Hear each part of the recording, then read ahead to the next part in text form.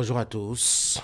Tous les journaux ce matin, sinon presque, en sont à évoquer l'issue des votes au Parlement la semaine écoulée au sujet du projet Hassan Seibou de la révision de la Constitution, alors qu'il fallait 82 votes en faveur du dit projet pour permettre à la proposition de continuer son chemin. Les élus du peuple ont opté, en tout cas pour 35 parmi eux et en dehors des abstentions, de lui donner un destin un peu plus court. Nous ferons le tour d'horizon des unes des publications ce matin. Ce sera aussi notre sujet de discussion, notamment des rubriques commentées. D'abord avec nos deux invités, le juriste au téléphone et l'autre politique en plateau. Maître Robert Dossou va donner tout à l'heure son opinion à propos de cette issue donc de ce vote-là. Et puis Amar Fosobé du Bloc républicain qui lui aussi appréciera, lui qui sera en studio par ici. Merci d'être là.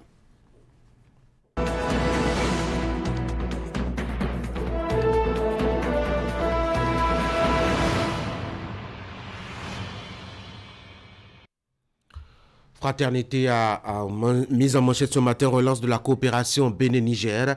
Une fois délégation d'officiels nigériens à Cotonou, une semaine intense d'échanges et de visites de sites. L'oléoduc mis en service vendredi dernier. Révision de la Constitution, l'Assemblée rejette la proposition de Hassan Seibou.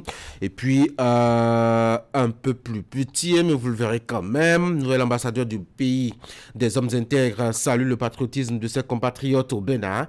Un dernier titre, Voix de femme, Amoni Bil Kataria, le salut de la femme est un peu mal prisé, le statut, pardon, de la femme est un peu mal prisé. Le matin à l'Assemblée nationale, le processus de révision de la Constitution cet été, 35 députés ont voté contre, 71 pour et 2 abstentions. Vous avez l'avis de juristes, de partis politiques et d'acteurs politiques à découvrir dans les colonnes du journal. Le quotidien La Boussole, recevabilité ou non de la proposition ou de relecture de la Constitution, le test Hassan Seibou jeté à la poubelle. Matin Livre, tentative de révision de la Constitution, échec cuisant. L'opposition tient son pari. 7 députés de la majorité créent la surprise. Le Télégramme, rejet de la révision de la Constitution. On a fait la volonté de Patrice Talon. On dit les députés, les démocrates. Dans la colonne de Le Télégramme, voici les mouvanciers qui ont rejeté la révision de la Constitution, propose donc le journal. Dynamisme, info, manque de cohésion au sein de la mouvance à l'Assemblée nationale. Les réalités de fin de mandat déjà à la porte de la rupture. Analyse donc le journal Gaskiani Info. Échec de la révision de la Constitution. Fin de la discipline de groupe à la mouvance se demande. Le journal harcèlement sexuel en milieu scolaire au Bénin, un mal qui persiste d'après les enquêtes du quotidien.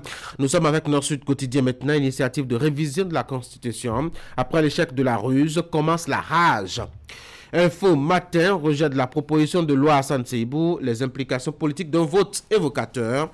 Quid de la proposition à quel attendait c'est demandé.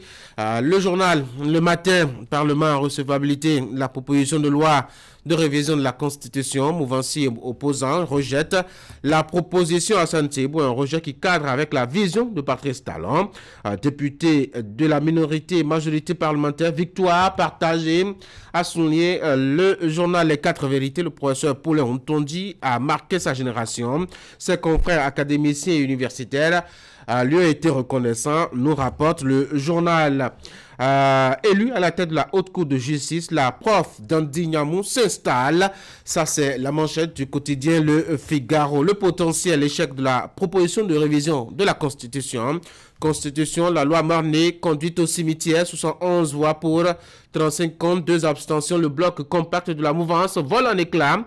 Olivier Bocor remporte une première bataille. Seule femme à voix voter contre. L'honorable Edmond Fonton, une figure du courage féminin en politique. Le coopérant proposition de loi portant révision de la Constitution, l'Assemblée nationale a rejeté la proposition Hassan Seibou. Nouvelle expression, team building de la mairie de Cotonou, Paris gagné pour le SE à Monsouga, passant à Monde 7. Une fête célébrée en l'honneur du prophète, pasteur, fondateur Samuel Biléou Joseph Ochofa.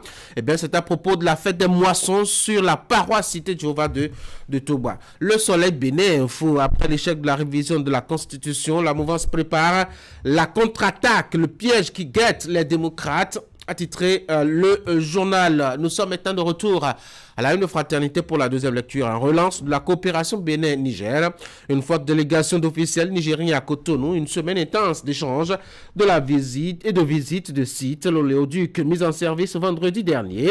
Et puis révision de la Constitution. L'Assemblée nationale rejette la proposition de Hassan Seibou, nouvel ambassadeur du pays des hommes intègres. Salue le patriotisme de ses compatriotes au Bénin. Un des titres, voix de femme, à Monibil Kataria, le statut de la femme est mal prisé, a dit donc la slameuse.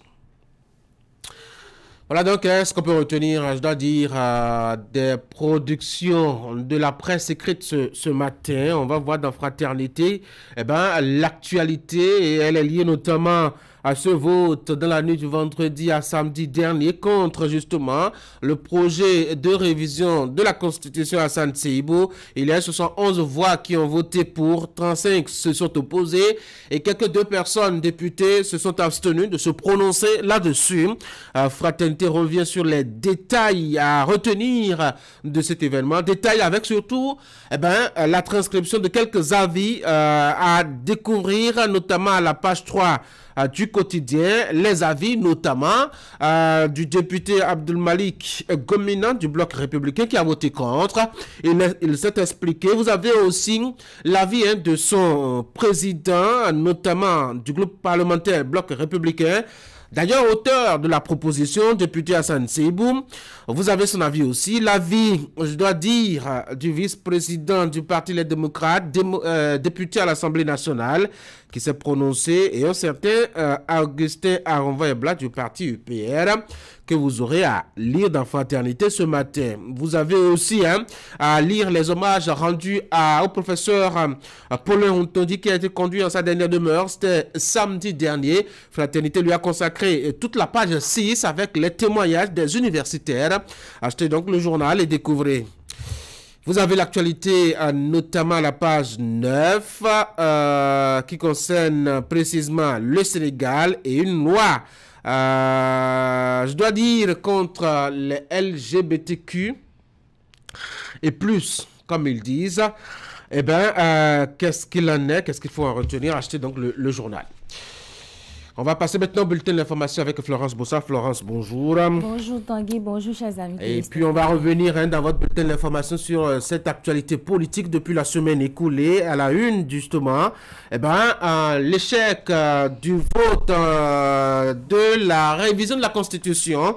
La proposition faite par le député Hassan Seibou a été mise au placard le week-end écoulé à l'Assemblée nationale. Donc l'honorable Malik Gomina, malgré son appartenance à la mouvance présidentielle, vous le voyez à l'image, n'a pas jugé opportun d'apporter sa voix à l'initiative. Je l'ai dit tout à l'heure, vous aurez ces explications dans ce mini-journal si vous n'avez pas encore votre numéro de Fraternité ce matin. On parlera également de ce dernier hommage rendu au professeur Paulin Hontondi, et j'en parlais aussi, décédé le 2 février 2024 à l'université d'Abou-Mekalavi. La communauté universitaire a témoigné de sa reconnaissance à l'homme pour sa brillante contribution au développement de la science au Bénin. Détail à suivre. Voici le bulletin.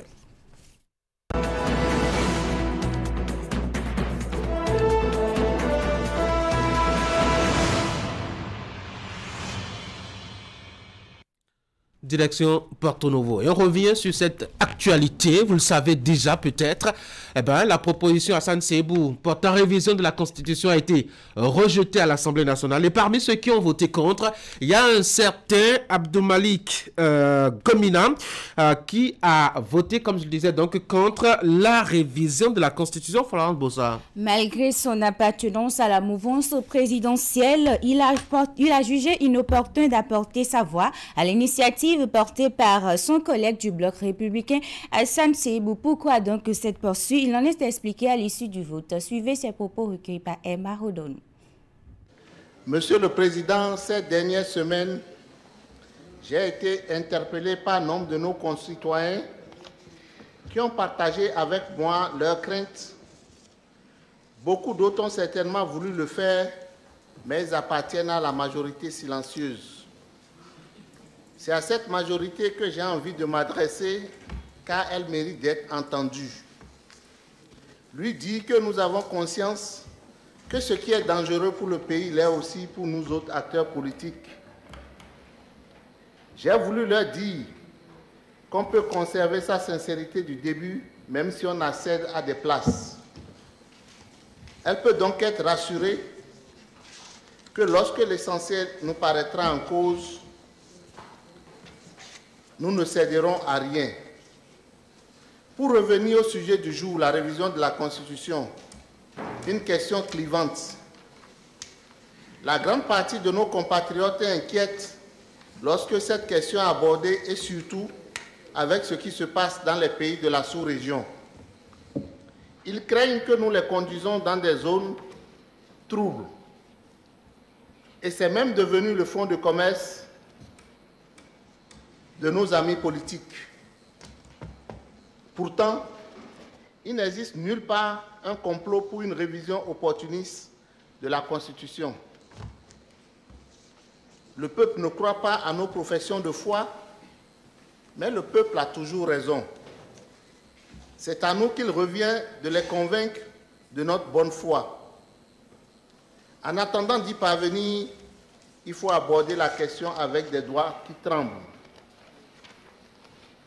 Mon collègue et président Hassan Seibou a introduit une proposition de révision à la recherche de solutions aux problèmes qui pointent à l'horizon des élections générales de 2026.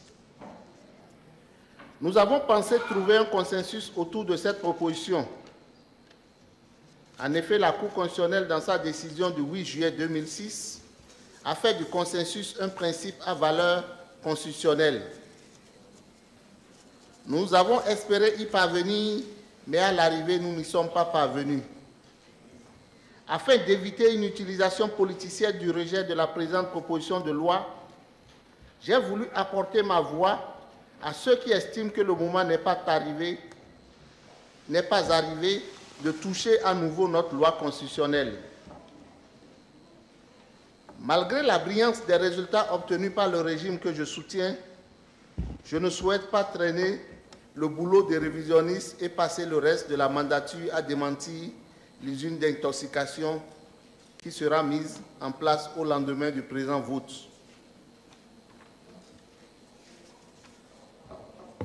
Monsieur le Président, telle est l'explication que j'ai voulu apporter par rapport à mon vote. Je vous remercie. Voilà donc les raisons qui sous-tendent la position de l'honorable Malik Gomina qui a donné un carton rouge au projet de révision de la Constitution. En dehors de lui, il y a eu d'autres réactions au Parlement après le vote. Nous allons suivre quelques-unes, toujours au micro de Emma Rodon.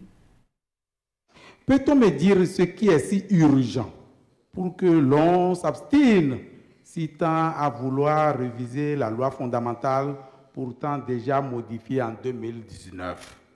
Est-ce que cela la priorité dont le Bénin a besoin aujourd'hui lorsqu'on voit une sécheresse au niveau de notre port autonome de Cotonou? Ce qui a été fait en 2019, Monsieur le Président, a prouvé ses limites. En 2019, les tractations de la ruse et de la rage ont amené la barque rupture à une destination sans lendemain qui fait qu'aujourd'hui, les choses doivent être repensées. Monsieur le Président, mais pour y arriver, surtout dans ce contexte un peu sensible, il nous faut obligatoirement des assises nationales consensuelles. C'est le seul moyen aujourd'hui pour conjurer le sort qui plane sur notre démocratie, qui fait son bonhomme de chemin. Aucune humaine n'est jamais parfaite, dit-on. C'est pour ça que je voudrais saluer l'honorable Hassan Seibou, qui, de par son génie, a introduit cette proposition de loi pour dire il faut revoir ce qu'on a fait, qui était quand même si bon, mais qui manque d'un peu de perfection. C'est ce qui a été introduit ici. Et depuis la date de son introduction, on entend les critiques à gauche et à droite comme si ce n'était pas de son droit de proposer une loi. Peuple de mon pays, nous, députés de la 8e mandature qu'on a appelée monocolore, avons apporté et fait ce qui a permis aujourd'hui que nous soyons dans cet hémicycle en train de parler. Nous irons aux élections de 2026 avec cette constitution qui permettra à la mouvance, j'en suis persuadé, de revenir forte. Et plaise à Dieu, les rectifications seront faites, bien sûr dans l'intérêt du peuple béninois. Car comme on le dit souvent dans cette salle, dans cet hémicycle, la roue tourne et elle tournera. Et très bien alors, dans le sens de l'évolution du développement de notre pays. Mais encore, on dit souvent, lorsque l'enfant qui refuse que sa maman dorme, se prive aussi du sommeil. La proposition de modification de la Constitution soumise à l'Assemblée nationale qui est en étude ce jour est techniquement nulle, politiquement sans objet. Monsieur le Président, cette proposition n'a pas recueilli de consensus érigé en valeur constitutionnelle. Je ne vois en rien de ce que cette proposition n'est pas conforme à une bonne vision pour le développement. On dit non. Talon cherche troisième mandat. 8e législature, on était monocolore tel que les autres le disent. On aurait pu dire, Talon peut faire 10 mandats. On aurait pu le dire. Mais on n'a pas dit. On est resté là. Et aujourd'hui, on trouve que c'est aujourd'hui qu'il cherche un troisième mandat. Monsieur le Président, il y a un problème. Voilà, on va quitter le palais des gouverneurs pour se rendre sur l'université d'Abomey-Calavi-Tanguy. Oui, justement, là-bas, il y a une grande cérémonie d'hommage qui a été organisée à l'adresse et à l'intention donc d'un grand homme, un grand philosophe, le professeur Paulin Rontondi. C'était de la part du monde universitaire. Des délégations des communautés scientifiques de la sous-région et même internationales ont également pris part à la cérémonie d'hommage. Le point avec Teddy Goudalo. Sur ce lit mortuaire, dressé ici à l'université d'Abomey-Calavi pour la circonstance, la toge du professeur émérite des universités nationales du Bénin, Paulin Rontondi. Rassemblées autour de ce symbolisme, les communautés universitaires nationales, sous-régionales et internationales rendent hommage à cet académicien. Notre confrère Paulin Rontondi est l'un des philosophes les plus influents de ces 50 dernières années.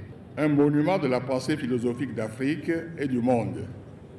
Cher illustre doyen Paulin Rontondi, pour tout dire, votre souvenir est inoubliable car vos travaux ont fait date dans les secteurs et les disciplines africanistes qui mobilisent la réflexion et la recherche scientifique. À cette cérémonie d'hommage, plusieurs personnalités politiques ont également témoigné de la grandeur de cet homme qui a marqué son existence. Ancien ministre de l'Éducation nationale, membre de l'Académie nationale des sciences, arts et lettres du Bénin, membre de l'Académie africaine des sciences religieuses, sociales et politiques et bien d'autres, sa disparition laisse plus d'un ému. Parmi les derniers mots qu'il a échangés avec moi, il était un petit peu triste. À mon avis, je pense que papa savait qu'il partait. Il nous scannait tous de la tête aux pieds. Il nous regardait, il nous fixait, il faisait son bilan en quelque sorte. Et il m'a dit, ma fille, j'ai fait beaucoup de choses dans la vie. Je continue d'en faire. Mais si Dieu pouvait m'en donner la force, aujourd'hui, je créerais une fondation pour lutter contre la pauvreté. Il y a quelques années, sur ce même campus de l'université d'Abomey-Calavi, notre regretté émérite professeur dispensait avec beaucoup de grâce, d'éloquence et de maestrat ses cours de philosophie. Penseur, écrivain, figure intellectuelle et homme politique béninois. Paulin Rontondi, marié et père de 4 enfants, est né le 11 avril 1942 à Trècheville, en terre ivoirienne. De parents béninois, il a fait ses études primaires à Savet et à Sakété jusqu'en 1953, où il obtient son certificat d'études primaires avant d'entamer ses études secondaires à Porto Novo et supérieures à Paris. Voilà, Tanguy, ce sera tout pour ce bulletin d'information. Merci à vous, Florence Bossa, pour ce mini-journal présenté dans cette matinale. Je vous souhaite de passer une très très bonne journée. Merci. Mesdames et messieurs, on va marquer rapidement une pause, le temps de revenir, on va voir si tout est entré en ordre pour votre bulletin des informations sportives avec Ali Moumouni. Voici d'abord la pause. Premier regard, premières économies. C'est le moment de vous démarquer et faire de 2024 une année exceptionnelle. Découvrez nos offres exclusives allant jusqu'à 40% de réduction sur nos gammes de produits en promotion. Offre valable pour les entreprises et les particuliers jusqu'au 8 mars. Microland, votre solutionneur numéro 1 en informatique, 6 à Ganrito, en face de la librairie Notre-Dame. Info 95 95 28 24.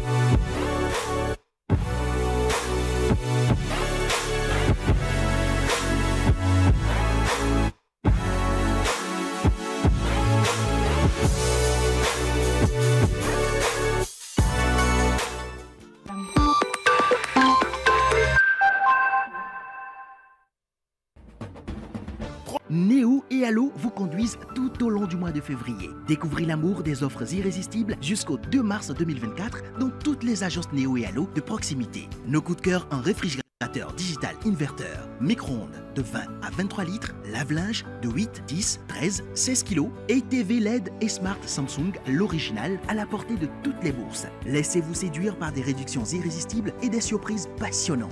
Économisez avec nos promotions exclusives et partagez la passion des bonnes affaires.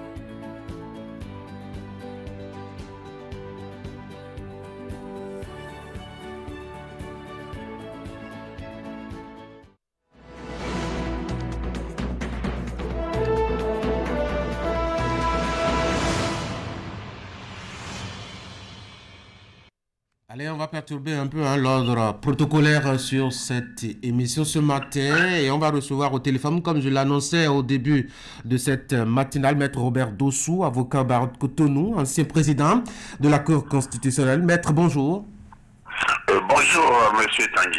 Merci beaucoup d'avoir accepté notre invitation ce matin. Quelques jours avant le vote, dans la nuit du vendredi à samedi passé, vous avez effectué quelques sorties pour dire votre position sur certains aspects annoncés pour justifier la révision de la Constitution lors des élections, par exemple, l'opportunité d'une révision et bien d'autres pour enfin dire clairement votre opposition à cette idée de révision. Alors, vous devez être en train d'applaudir depuis ce temps qu'on a fini le vote pour le destin qu'on a réservé à ce projet, maître.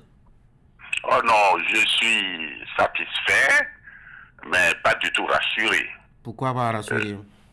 D'abord satisfait parce que cette révision est une tentative de constitutionnalisation de système qui a prévalu et qui prévaut jusqu'ici depuis quelque temps dans notre pays, le système consistant à transformer le régime présidentiel en un présidentialisme.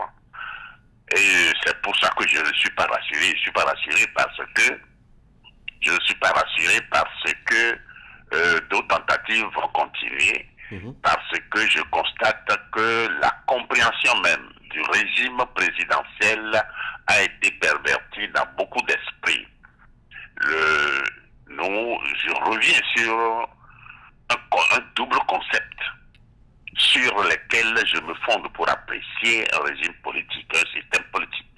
Il y a le régime qui est l'agencement d'ensemble constitutionnel des institutions de l'État. Et il y a le système qui est la manière dont cet agencement est mis en œuvre par les équipes qui se succèdent à la tête de l'État.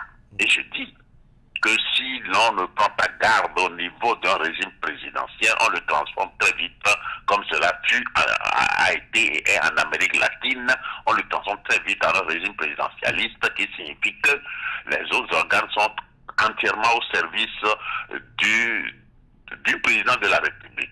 C'est cela qui n'est pas bon. Et je constate que certains ont promis de revenir à la charge d'une manière ou d'une autre. C'est-à-dire que la philosophie qui doit inspirer l'action est dérivée d'une part la conférence nationale, d'autre part la Constitution. Cette philosophie n'a pas bien pénétré encore les gens, et cela se comprend parce que nous n'avons pas d'État. L'État en tant qu'institution n'existe pas en Afrique au sud du Sahara. Et c'est cela qui provoque cette incompréhension et qui fait que nous marquons des impatiences, très rapidement impatients d'obtenir ci, d'obtenir ça, et nous faisons des erreurs qui retardent la consolidation de la démocratie et donc de l'état de droit et par conséquent au fondement l'état lui-même. Alors, Maître Robert Dossou, on sait que beaucoup ont condamné en tout cas les conditions dans lesquelles cette constitution qui devrait être révisée la semaine écoulée a été votée et validée en 2019. S'opposer à sa révision alors qu'on sait qu'il y a beaucoup d'imperfections à l'intérieur qu'on a d'ailleurs dénoncé par le passé. Est-ce que ce n'est pas contradictoire? Rien n'est contradictoire là-dessus. Rien n'est contradictoire. Et puis ceux qui dénoncent, qui disent que c'est une constitution imparfaite, mais ils ont leur opinion. Mais cette opinion n'a pas empêché jusqu'en 2019 cette constitution de bien conduire notre pays et que nous ayons été classés en permanence parmi les régimes à alternance démocratique et qui faisaient des progrès pour la consolidation de sa démocratie. Alors, il y a quand même des arguments qui auraient pu permettre au projet d'avoir grâce à vos yeux tout de même, non? À l'état actuel... Non, arrêtez, aucun argument. Alors, j'en évoque un rapidement, mais... J'en évoque un rapidement et vous donnez votre avis là-dessus. À l'état actuel, aucun président à partir de 2026, par exemple, ne pourrait organiser une élection législative ou travailler avec une majorité parlementaire nécessaire au déroulement de ces actions. Or, on a vu par le passé que l'absence d'une majorité parlementaire à l'Assemblée nationale a toujours été un handicap pour un président en exercice. Vous vous rappelez certainement la mandature de Nicéphore Dieudonné Seglo. Vous avez vu un peu les déboires de Boni Yahi au début de 2006. Est-ce que ce n'est pas aussi un argument assez intéressant? Quand tout cela fait partie de la démocratie, est-ce que les blocages de l'Assemblée ont empêché le chef de l'État d'avancer? Ils ont quand même avancé. Et j'étais au front à un moment donné, j'étais dans le gouvernement de Nicéphore Seglo à un moment donné, nous avons suivi, c'est cela la démocratie. Il faut nécessairement que le Parlement soit autonome et la philosophie de la Constitution, je l'ai rappelé une fois, j'ai dit c'est la première fois dans notre pays que nous avons créé dans une constitution un article 73 qui permet de poursuivre un chef d'État qui manque de respect au Parlement. Parce que depuis notre indépendance, tout a été fait pour que le Parlement soit jugulé aux ordres de chef d'État. Et nous avons voulu, dans la Constitution du 11 décembre 1990, veiller à augmenter le statut du Parlement, qui est en réalité l'émanation directe du peuple. Alors, certains qui étaient opposés au projet, comme vous, ont avancé l'argument selon lequel l'Assemblée nationale n'avait qu'à régler le problème comme le suggérait exactement la Cour constitutionnelle et pas plus. De votre position de juriste et surtout d'ancien président de la Cour constitutionnelle, le Parlement n'a-t-il pas le droit de trouver ses propres solutions à un problème qui se pose autrement que par les solutions proposées par la Cour constitutionnelle? Le Parlement a le droit, mais lorsque ça oriente vers une déformation du régime d'origine, du régime politique d'origine, nous avons le droit, nous aussi, de nous y opposer et de dire, de prévenir, de tirer l'alerte pour dire non, c'est pas bon, n'allez pas dans cette direction. Je l'ai fait je le fais encore et je le ferai encore. La Cour constitutionnelle n'a jamais dit qu'il faut aller modifier la Constitution pour régler le problème posé dans la décision du 4 janvier 2024. Alors, vous dites qu'il y a des tentatives pour revenir à la charge. À quoi pensez-vous, le code électoral? Non, pas le code électoral. Je suis quelques déclarations de certains députés qui ont été déçus par le vote intervenu. Et puis, je m'appuie sur la pratique du système politique que nous avons depuis quelques années. Je m'appuie là-dessus pour dire que la philosophie du régime présidentiel n'habite pas encore tout le monde. C'est tout. C'est ça qui crée mon inquiétude. C'est pour ça que je dis, je suis satisfait que la constitutionnalisation de la tendance présidentialiste n'ait pas été bête, mais que je ne suis pas rassuré, ils reviendront à la charge d'une manière ou d'une autre. C'est ça. Maître Robert Dossou, on va changer de sujet rapidement. La semaine écoulée, notamment le mercredi 28 février dernier, donc cela faisait exactement 34 ans, jour pour jour, que la Conférence nationale des forces vives de la nation fermait ses travaux au PLM Alédio de Cotonou. Vous avez été un acteur majeur de ce rendez-vous national et international, notamment dans l'organisation, mais aussi vous aviez été un grand acteur du passé politique du Bénin. Avez-vous vraiment le sentiment que la démocratie a été, avec les 34 années qui sont passées, le meilleur choix qu'il ait fallu faire?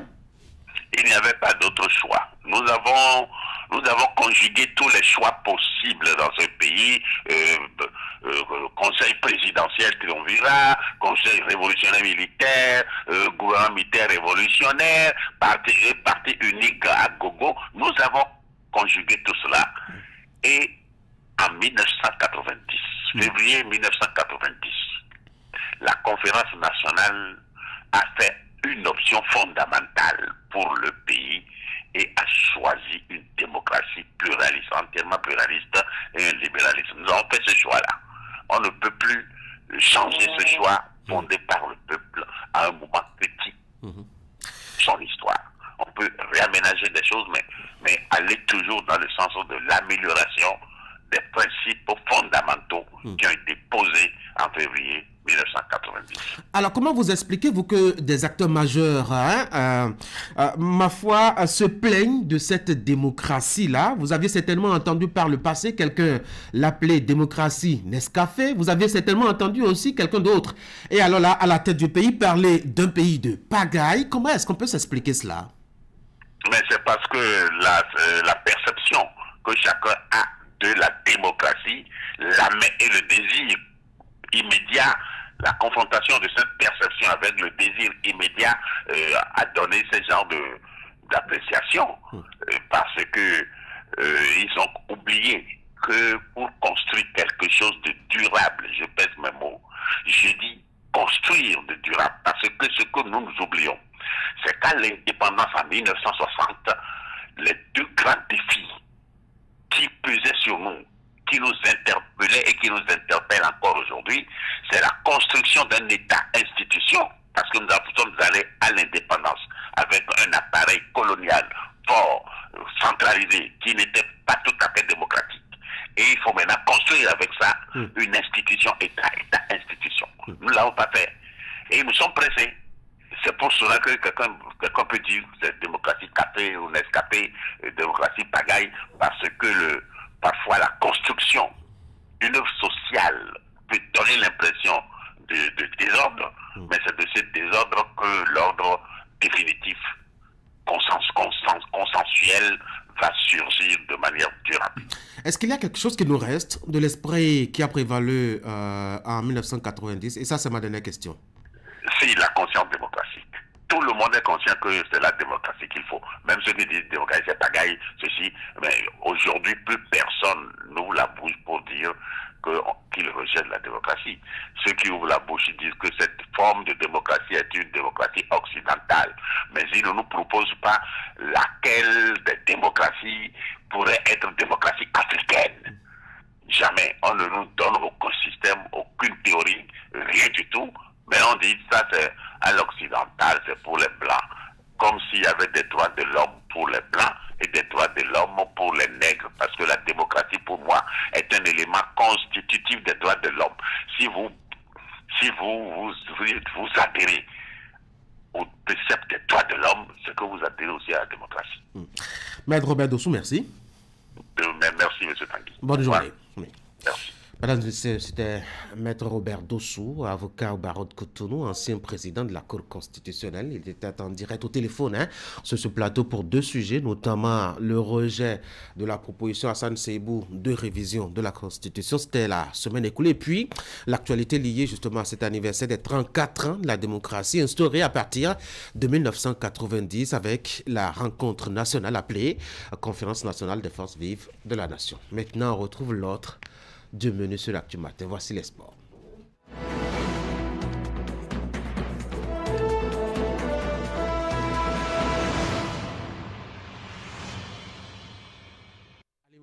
Ali Moumouni, bonjour.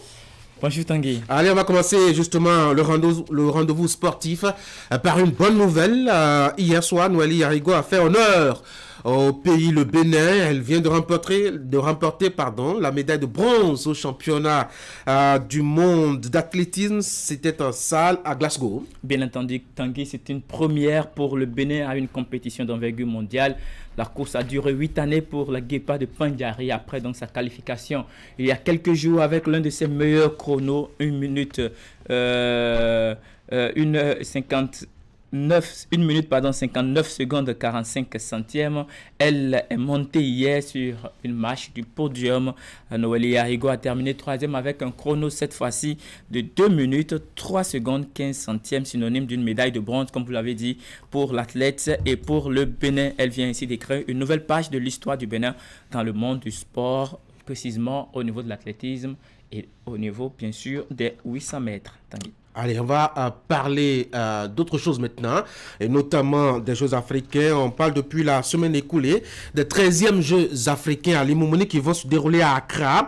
On en parle encore ce matin, et ce qu'il faut retenir, c'est que la première délégation béninoise a déjà foulé le sol ghanéen. Oui, il s'agit des badistes, pour dire les pratiquants de badminton. La délégation est déjà à Accra depuis le début du week-end dernier. C'était ce vendredi 1er mars 2024. Ils sont 7 athlètes, comme vous le voyez sur cette image, 4 garçons et 3 filles. Fanodosh Oswald, Adomao Préféré, Panou Carlos, Arwangassi Carlos, Fabosu Hilary, Akbo Gladys, Pogbemabou Flora, voilà, entre autres. D'autres délégations vont rejoindre bien sûr celle du badminton dès ce lundi. Et pour rester dans cette même actualité des Jeux africains, Tanguy, l'équipe de football du Bénin qui sera aussi de la partie peaufine sa préparation. Nous sommes allés constater comment tout se passe ce week-end, mais sans surprise, Mathias Deguenon et ses assistants abattent, je dirais, un travail formidable pour instaurer la cohésion. Vous voyez là, c'était la séance le samedi dernier du côté du stade général de l'amitié générale Mathieu Kéokou de Cotonou, Tanguy.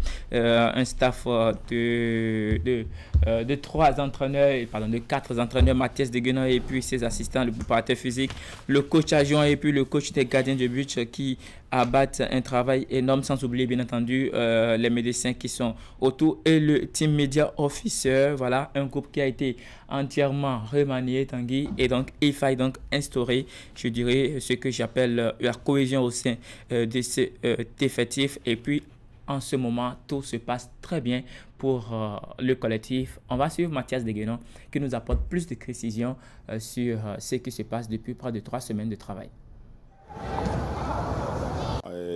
On a commencé effectivement bientôt 3 semaines. Un nouveau groupe remanié à plus de 90%. Donc le travail a commencé tout au début avec notre projet de jeu bien évidemment. On a procédé aux évaluations par étapes et je crois que les évaluations nous ont permis de faire des bilans à mi-parcours. On est presque à la fin du stage et je pense que nous sommes plus ou moins prêts pour aller au front. Allez, Comme je le disais, l'effectif est au complet. Au cours de cette séance, le niveau physique était un peu élevé pour cette séance assez tactique et mentale. Ce que va nous dire Mathias Deguenon cette fois-ci va beaucoup intéresser, je dirais, les passionnés du cuir-rond et surtout ceux qui aspirent à la formation des athlètes. On va le suivre parce qu'il nous apporte des détails sur la séance du samedi dernier. On a travaillé les différentes transitions, offensives, défensives. On a mis 3 équipes en place avec 2 zones de travail. Dans une zone, il y a 2 équipes qui s'affrontent. Une équipe attaque, une autre qui est en défensive. Quand celle en défensive récupère, elle doit passer par 3 portes que nous avons créées afin d'attaquer la 3e équipe qui était en attente. Donc voilà ce que nous avons travaillé ce matin. Et les séances de tir au but pour terminer? Voilà les séances de tir au but pour terminer parce que cette épreuve, je crois, nous a laissé un goût amer au niveau des compétitions précédentes. Donc nous avons voulu quand même nous y prendre très tôt, répéter. Et depuis le début de ce stage, je crois au niveau de la semaine, on essaie de répéter 2 fois avant quand même le jour J.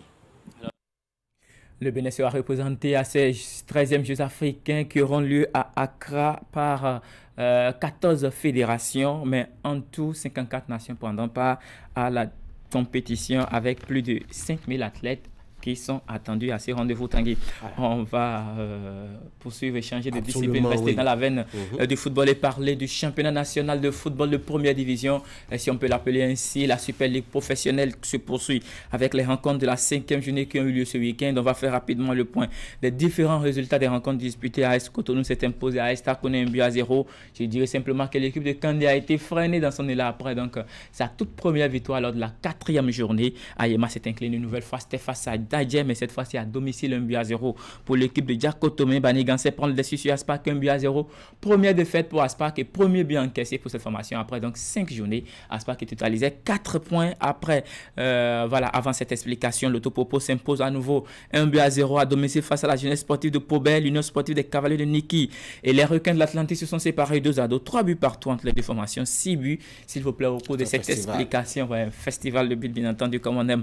Bien sûr le Dio Sport, l'Union sportive Coton FC était à domicile et donc la formation de Wida enregistre sa première victoire, 1-0. C'était face à Damissa. Et face à qui encore Damissa, l'équipe qui a terminé leader de la zone A pour les premiers tours de cette compétition.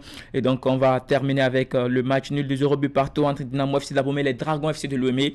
Et puis le score de parité, 1 but partout entre Sobimap Sport et Espoir FC de Savalo. On va descendre d'un cran et parler maintenant de la Ligue Pro Suite pour ceux donc qui n'ont pas pu se qualifier pour cette Super Ligue professionnelle. Je parle donc des équipes qui ont été recalées bien sûr lors de la Ligue professionnelle. On commence par la zone A et B, donc la zone septentrionale et la zone centre du pays. On a Soleil FC qui s'est incliné face au Panthé FC de Djougou. Voici une curiosité, l'une des équipes qui sont restées en arrière. Il s'agit bien sûr de Panthé FC et des Buffles FC du Borougou. 1-0 comme je le disais pour les Panthers face à Soleil FC. Astonnet s'impose 1-0 face à Dynamo FC de Paracourt. Real Sport s'incline 1-0 face à Béké.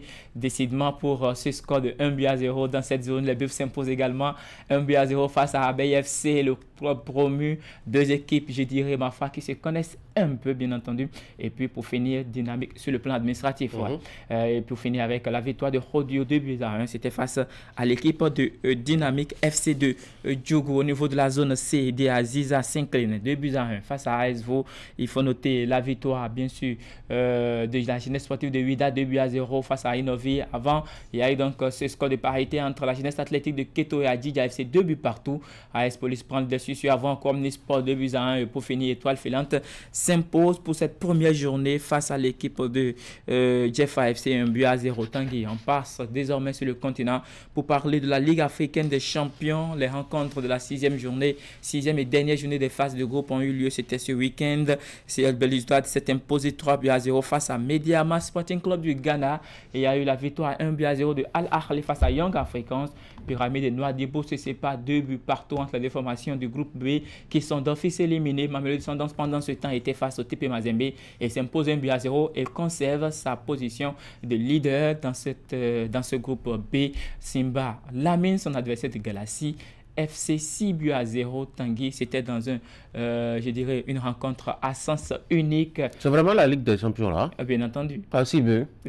Bon, ailleurs, quelqu'un, enfin, un autre club en a encaissé 8 ans. Bien entendu, ça fait arriver. Ça Allez, arriver. On va poursuivre avec les différents résultats. Vital Athletic Club s'impose à Sec Mimosa 1-0, mais cela n'empêche pas l'équipe ivoirienne de passer au tour suivant. Mais contrairement, c'est l'équipe marocaine qui va sortir de la compétition. Espérance Sportive de Tunis s'impose 1-0 face à Al Ahly. Et puis, Petro Luanda prend aussi le dessus sur son adversaire. C'était l'Étoile du Sahel. On fait le point des équipes qualifiées au niveau du groupe A. On aura Mamelodi Sundowns et puis Type Mazembe. À Sec Mimosa passe aussi avec Simba SC. Il y aura la qualification de Petro Luanda et Espérance Sportive de Tennis. Et pour finir, Al Ahly et Young Africans qui vont passer au prochain tour. Au niveau de la Coupe de la Confédération, il y a eu également les rencontres de la 6e et dernière journée des phases de groupe avec juste la rencontre de Zamalek qui a été reportée. C'était face à l'équipe de Soa. On fait le point des résultats. USM Alger s'impose 2-1 face à Sportspet United de l'Afrique du Sud. Sagrada Espérance à prendre le dessus sur Abou Salem 3-0. 0 but partout entre les Diables Noirs et Shekokune United. Rivers United du Nigeria s'impose 2-1 face à Dream FC. La Renaissance Sportive de Berkane prend le dessus sur le stade malien 3-0. C'était hier soir à partir au tour en soirée. Et puis on finit avec la victoire 5-0 de Modern Future, donc de l'Égypte face à l'équipe de Al Ahly de Benghazi. Et on finit avec ce score de parité entre l'équipe de l'Académica Lobito et le club africain. Tanguy, on termine avec le volleyball. Et c'est le rencontre comptant pour la 11e journée du championnat professionnel de volleyball. C'était ce week-end. 2 rencontres, 2 explications seulement ont été disputées au programme. Et c'était chez les hommes. Finance VBC qui s'impose à S Cotonou 3-7-0, 25-20, 25-17 et 25-13. On finit avec la victoire de Alada Olympique. C'était face à l'équipe de la police républicaine 25-21, 25-18 et 25-21. 3-7-0 également pour cette équipe Alada Olympique qui fait carton plein. Tanguy. C'est l'essentiel à retenir pour ce matin. Ah tiens, un menu de sport assez riche ce matin. Allez, mon Mouni, merci beaucoup d'être passé par ici.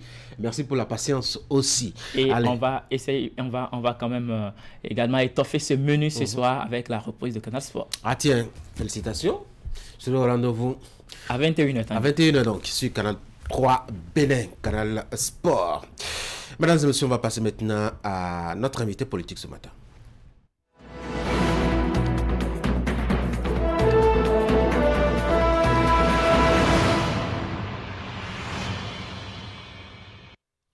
Notre invité ce matin, je l'ai annoncé en introduction, c'est Ama Afasogbe, membre du bureau politique du parti Bloc Républicain. Monsieur Afasogbe, bonjour. Bonjour. Bienvenue sur Actu Matin, au lendemain de l'échec du projet de révision de la Constitution porté par un député de votre parti politique qui a d'ailleurs eu l'appui et l'accompagnement intégral du parti. C'est bien cela, hein? C'est clair. Comment ça va, Obier, après l'échec? Ça va bien, ça va super bien. On n'est pas fâché, on n'est pas fatigué, on n'est pas déçu, pas du tout. on n'est pas perdu. Le Bénin a encore une fois étonné le monde. Nous avons montré la vitalité de la démocratie béninoise. C'est ce qu'il faut retenir. C'est un projet phare porté par le BR et qui a échoué ainsi. C'est un désaveu ça, non? Le BR, on a l'impression que ça ne marche pas trop. Non, mais écoutez, quand vous parlez d'échec, pour nous, ce n'est pas un échec. Comment ça? Ce n'est pas un échec parce que vous savez, le Bloc républicain est un parti engagé à la recherche des solutions aux difficultés qui peuvent survenir d'ici 2 ans. Donc, loin de nous, l'idée de reviser la Constitution pour qu'il y ait un certain nombre de choses que les Béninois ne veulent pas. Vous voyez? Et le chef de l'État a été clair. Il n'est demandeur de rien. Il n'a pas demandé la révision de la Constitution, mais il a laissé la responsabilité aux députés de corriger une fois les problèmes que nous avons. Le problème de l'alignement des élections, le problème du parrainage. Parce qu'il y a un problème d'inégalité qui peut se poser en 2026. Comment les députés élus de 2026 peuvent parrainer et que c'est les maires anciens, les maires de maintenant aussi vont parrainer. Mais ceux qui seront élus maires en 2026, donc eux, ils n'ont pas le droit de parrainage, mais personne n'en parle, on dit c'est un échec. Ce n'est pas un échec, même si tous les députés de la mouvance présidentielle votent. Il y a une majorité de blocage qui est là. Donc, vous saviez donc que ça allait échouer. Non, ce n'est pas ça. Le débat a été fait à la commission des lois. Le débat a été fait, le consensus a été cherché. Il y a eu des débats de toutes les tendances. Donc, qu'on ramène le débat au Parlement, à l'Assemblée nationale, c'est de continuer le débat et chercher des amendements. Chacun va faire des amendements pour qu'il y ait de consensus. Mais pour des grands débats de la nation, on fait de la comédie. On fait de la politique. La politique... qu'il y a eu la comédie. Oui, bien sûr, il y a eu la comédie parce que tout le monde, autant qu'ils sont, tout le monde est conscient aujourd'hui qu'il y a un problème qu'il faut régler. Et chacun a sa solution ou chaque proposition de solution. Pourquoi vous pensez que la vôtre est la meilleure? La Cour constitutionnelle a proposé une solution, les démocrates ont proposé une solution, même votre parti allié, l'UPR, a proposé une solution alternative. Non, mais il faut régler le problème définitif en mettant un certain nombre de choses dans la Constitution. Il ne faut pas que chaque fois qu'il y a élection, qu'on commence par faire des débats qui n'ont pas sa raison d'être. Mais si le débat est définitivement fait et que nous mettons un certain nombre de choses dans la Constitution en 2031 ou bien en 2030, on ne va pas revenir pour dire on a des problèmes de l'aliment, on a des problèmes de qui va parrainer, on a des problèmes de ci, on a des problèmes de ça. C'est le débat. Qu'est-ce qui peut expliquer selon vous l'échec? Même si vous ne l'appelez pas l'échec, nous on l'appelle l'échec. Qu'est-ce qui peut expliquer ça, selon vous? Non. Est-ce que vous n'avez pas bien travaillé à convaincre les gens? Est-ce que les gens se sont entêtés? Est-ce que c'est les jeux politiques? Qu'est-ce qui s'est passé? Non, c'est les jeux politiques. Vous voyez, quand vous regardez le Parlement aujourd'hui, il y a une tendance qui prend tout, qui veulent récupérer, qui veulent faire des récupérations politiques de tout ce qui se passe. Et ils confondent parfois l'intérêt supérieur de la nation à l'intérêt politique. Le champ politique, c'est 2026, que chacun travaille sur le terrain. On va se croiser. Mais ce qui concerne le peuple béninois, à certains moments donnés, il faut laisser les considérations politiques et évoluer. Et c'est ce que moi je trouve aujourd'hui. Parce que nous sommes face à un problème. Nous devons laisser nos égos politiques et avoir un consensus et parler de façon consensuelle pour évoluer. Et c'est ça aujourd'hui. Donc c'est un jeu politique. C'est un jeu politique. C'est ça qui s'est passé. Et nous prenons acte. Pourquoi est-ce que les députés BR ont voté contre? C'est aussi un jeu politique? Non, ben écoutez, moi je ne suis pas député et je ne suis pas... Vous êtes membre du bureau politique du parti. Je suis membre du bureau politique du parti et les députés... samedi, aujourd'hui, il y a du temps. Les députés qui ont voté contre n'ont jamais dit... à la réunion, parce que je vous ai dit l'autre fois et je continue de le dire qu'après la proposition de l'honorable Sam Seibou, le pas politique a été fait. Le bureau politique, le BEN, le bureau exécutif national s'est réuni avec le président du bloc républicain, le ministre d'État Blabio Tchane. Ils se sont réunis, ils ont applaudi, ils ont accompagné le projet. Donc ces députés n'ont pas posé le débat. Ah oui? Ils n'ont pas posé le débat. Donc c'est une grande surprise, en tout cas pour moi, en tant que membre du bureau politique du bloc républicain, que ces députés ont voté contre. Et vous ne les avez pas appelés pour savoir qu'est-ce qui s'est passé? Non, mais je crois que c'est cela, je laisse ceci dans l'instruction du parti et du président. Parce que... mais quoi qu'il en soit, c'est une indiscipline. Hein? Non, mais c'est clair. Qu'est-ce que le parti prévoit dans ce cas? Non, ce débat va continuer dans le bureau politique et dans le BEN. Qu'allez-vous faire maintenant que le projet a été rejeté? Vous allez relire, réajuster peut-être et ramener ça? Qu'est-ce qui va se passer? Non, ce qui va se passer, on va continuer le débat. Nous allons trouver des formules quand même, parce qu'il y a une proposition que nos camarades de l'Union progressiste et le renouveau ont fait dans le code électoral. On va poursuivre ça et puis on va voir si ceci va trouver de consensus. Parce que le but aujourd'hui de la mouvance présidentielle, ce n'est pas de passer par la force. Non, il faut qu'il y ait de consensus.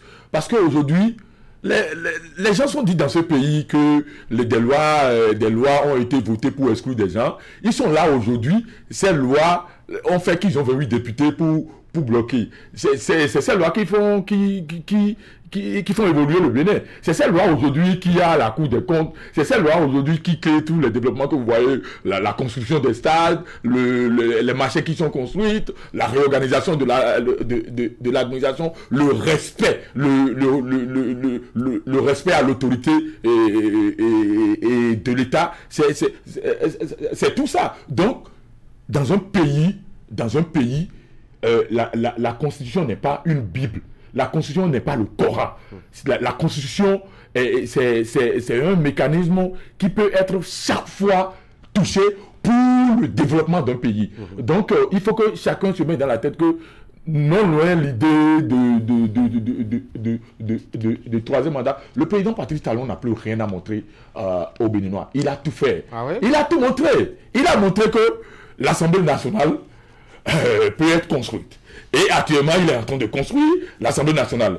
Il a montré qu'il faut réorganiser l'administration béninoise. C'est effectivement, il a construit des marchés, il a construit des routes, il a tout fait, il a tout montré. En 8 ans, ce que les gens n'ont pas pu faire en 10 ans, il a fait en 8 ans. Il n'a plus rien à montrer. Le troisième mandat, il n'en veut pas. Donc, le débat là, que les gens enlèvent ce débat. Nous sommes face à un débat de l'aliment des élections et de l'égalité de ceux qui vont parrainer et le duo de la candidature de 2026. Et c'est tout le problème, ça. Allez, on va parler du code électoral, hein. En tout cas, puisque la révision de la Constitution a échoué, on va se pencher peut-être sur le code électoral. Quels sont vos projets et idées là-dessus? J'ai l'impression qu'entre-temps, vous vous êtes focalisé uniquement sur la révision de la Constitution, au lieu de nous proposer aussi peut-être éventuellement une révision du code électoral si la révision de la Constitution échoue. Maintenant que ça a échoué, est-ce que vous avez commencé à réfléchir à ce que vous allez apporter au code électoral? Non, mais c'est clair, je vous dis, nos amis de l'Union progressiste ont fait une proposition. Ils n'ont pas fait cette proposition. Vous partagez les mêmes idées, vous êtes des jumeaux. Oui, nous sommes de la majorité présidentielle, on assume. Nous sommes tous de la majorité présidentielle. Quand vous prenez le bloc républicain, quand vous prenez l'Union progressiste, le renouveau, nous sommes tous de la majorité présidentielle. Nous, on n'a pas déposé la révision. On n'a pas déposé la révision de la Constitution sans les associer. Ils ont été associés, on les a présentés, ils ont aussi analysé, ils ont fait des amendements. Et même les opposants qui ont voté contre aujourd'hui, ils ont été associés. On a soumis le projet de la révision pour amendement.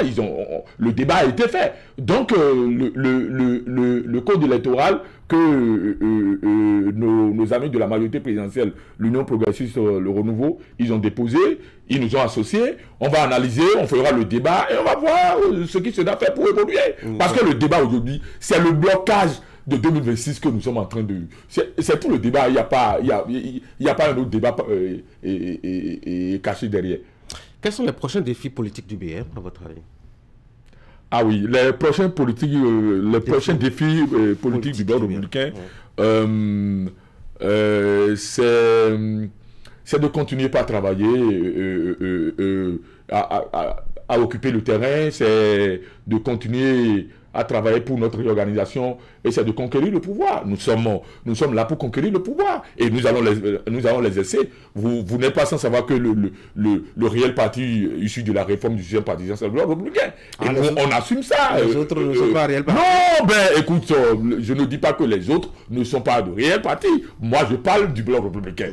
Et par rapport à ça, nous sommes à une école de la réforme du système partisan et aujourd'hui, le bloc républicain est le deuxième plus grand parti politique du Bénin. Et nous sommes en train de travailler aujourd'hui pour renverser cette tendance en 2026 pour être le premier parti politique du Bénin. Et donc, c'est le projet à court, à moyen, à long terme aujourd'hui du bloc républicain. Nous allons conquérir le pouvoir en 2026, nous allons les essayer. Et puis, voilà quoi. Amar Fossogwe, merci beaucoup. Je rappelle que vous êtes militant du Bloc républicain, vous êtes membre du parti politique, vous êtes là. On a évoqué ensemble le sujet lié à la révision de la Constitution, une proposition déposée par un député de votre parti qui n'a pas obtenu en tout cas le nombre de votes qu'il fallait pour continuer le chemin jusqu'à la révision intégrale. Merci d'être venu. Merci. Bonne journée. Merci. Mesdames et messieurs, on va marquer une pause maintenant. Premier regard, premières économies. C'est le moment de vous démarquer et faire de 2024 une année exceptionnelle. Découvrez nos offres exclusives allant jusqu'à 40% de réduction sur nos gammes de produits en promotion. Offre valable pour les entreprises et les particuliers jusqu'au 8 mars. Microland, votre solutionneur numéro 1 en informatique, 6 à Ganrito, en face de la librairie Notre-Dame. Info 95 95 28 24.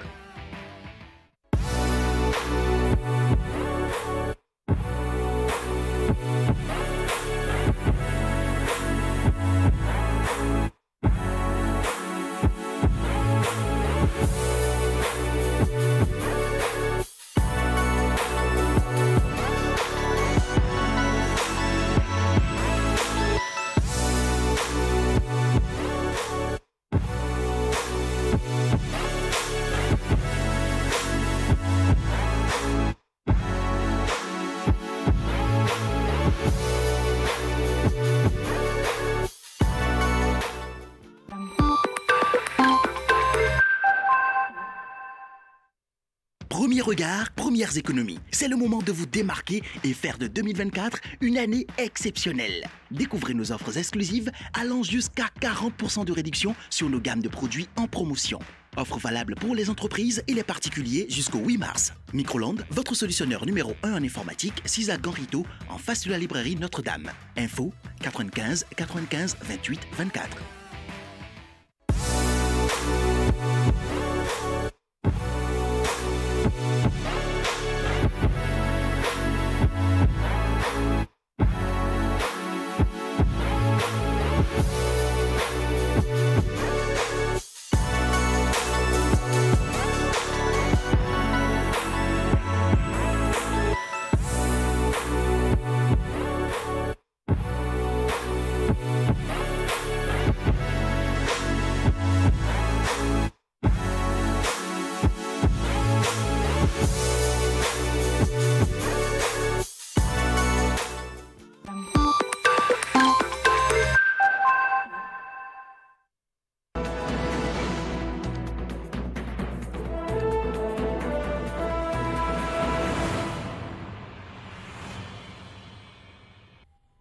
C'est la troisième partie d'Actualité qui commence maintenant. Ce sera le commentaire de Franck Kaounou et nos débats qui vont s'en suivre. On va continuer à parler de cette actualité politique à l'Assemblée nationale avec le rejet, ma foi, de la proposition de loi portant révision de la Constitution inspirée par Hassan Seibou du Bloc républicain. On l'a évoqué déjà plusieurs rendez-vous dans les parties précédentes. On remet sur le tapis le sujet avec déjà le commentaire de Franck Arnaud. Franck, bonjour. Bonjour. Prévu pour être examiné ce vendredi 1er mars, la proposition de loi Hassan Seibou, rejetée avec quelques grosses surprises pour beaucoup d'observateurs, Franck. Fin d'aventure, Tanguy Agoyi, pour le fameux papier de l'honorable Hassan Seibou qui a provoqué pratiquement l'émoi dans la classe politique, mais également dans la population depuis des semaines. Son parcours n'aura duré que le temps d'un feu de paille. Il est très vite stoppé par la volonté des parlementaires d'en finir avec ce débat. Lors du vote tard dans la nuit de ce vendredi 1er mars, 35 députés ont voté contre cette proposition de loi, 2 se sont abstenus et 71 étaient pour que cette loi fasse objet de débat. Mais malheureusement, les voix de ces derniers n'étaient pas assez suffisantes pour permettre à la loi de poursuivre sa marche. À l'arrivée, l'échec de la loi sur la révision de la Constitution n'est pas venu que du camp de l'opposition qui a la possibilité à elle seule de bloquer son examen et son vote. D'autres voix discordantes à celles des pro-révisionnistes sont venues du camp de la mouvance parlementaire. Beaucoup s'y attendaient le moins, d'autres l'ont prédit et savaient qu'il y aurait des surprises lors de cette plénière. Et c'est là que réside, selon moi, l'énigme dans ce débat. Le porteur de la proposition de loi avait la possibilité de ranger son papier et stopper le débat depuis fort longtemps. ou que son parti, le Bloc républicain, le lui dise, ou encore le patron de la mouvance lui en intime l'ordre, mais rien n'y fit. On a laissé couler et voilà là où on en est. J'ai envie de dire tout ça pour ça. L'analyse de la situation impose cependant plus de prudence, de subtilité et un esprit élevé, un esprit critique élevé. Cela appelle également des questions qui restent jusque-là sans réponse. Si les chances pour cette proposition de loi de prospérer étaient techniquement très minces, pourquoi a-t-on voulu préférer venir mordre la poussière plutôt que faire marche arrière depuis, si dans ce cas précis, dans ce qui s'est passé, aucun camp ne peut crier victoire? Qui a été le véritable acteur de cet échec de la révision de la Constitution? N'est-ce pas très exactement ce que voulait ce dernier en fin de compte? Voilà autant de questions que je me pose et puis que nous réserve la suite de ce débat, puisque dans tous les cas, tout peut encore se jouer avec le code électoral à travers l'examen des propositions de loi faites par Akhenatonde et Nouréni Attiadi respectivement de l'UP Le Renouveau et de les démocrates. Nous sommes en présence de la pure politique, je dirais de la haute politique, Tanguy. Ouais, vous êtes en train de parler, vous êtes en train de dire que les farouches combattants de la révision ne sont pas au bout de leur combat malgré le rejet du vendredi. Oui, j'ai pu comprendre au fil du temps qu'en politique, il ne faut rien prendre pour acquis. Quand le jeu politique est engagé, tout peut arriver. Dans ce cas, il faut attendre la fin de ce feuilleton pour en dire davantage. Révision de la Constitution, le livre sacré, le bébé des Béninois, la prunelle des yeux de la nation béninoise ne sera pas touchée. Ça, c'est une certitude.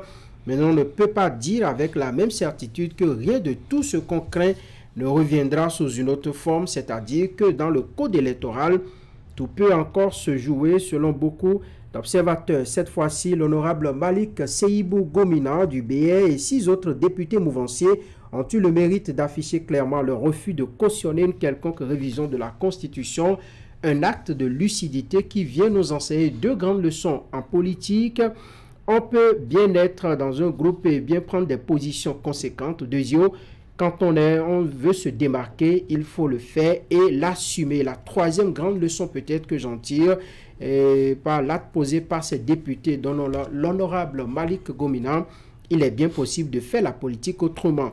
Dans le rang des députés de la mouvance, il y en a donc de très bonnes factures qui assurent effectivement leur mandat impératif. Tout ce que devrait être un député, selon moi, ils ont fait d'une pierre 2 coups à travers leur nom, rassurer le peuple, mais surtout déjouer un plan de l'opposition qui devrait faire de cet échec une vraie propagande, une nouvelle campagne pour s'attirer l'admiration des Béninois. Elle a la manie de récupérer chaque situation à son compte, c'est bien normal, nous sommes en politique, c'est de la malice politique qui leur a marché jusque-là, mais avec les députés de la mouvance qui sont entrés en scène pour ce rejet, les démocrates n'ont pas vraiment profité de ce dernier coup. Les héros du moment, ce sont Malik Gomina et consorts. En politique, on ne peut jamais dire jamais. Ce lundi, on assistera encore à un game politique. C'est l'esprit de la haute politique qui est à l'œuvre et tout est possible dans cet hémicycle. Ce qu'on souhaite, c'est que l'intérêt du peuple prévale sur les intérêts particuliers et partisans. L'idéal est qu'on ait plusieurs députés qui ont l'esprit vraiment ouvert au palais des gouverneurs, capables de dire non et de l'assumer quand on a toutes les raisons du monde de dire oui haut les mains. Wait and see, on verra bien ce que nous réserve cette journée du lundi. En attendant de voir. En tout cas, en attendant, nous allons passer la parole aux autres acteurs de ce plateau pour leur avis. Le riche, bonjour. Bonjour. Eric, bonjour. Vous aviez été surpris, vous autres aussi, de l'issue du vote, Eric?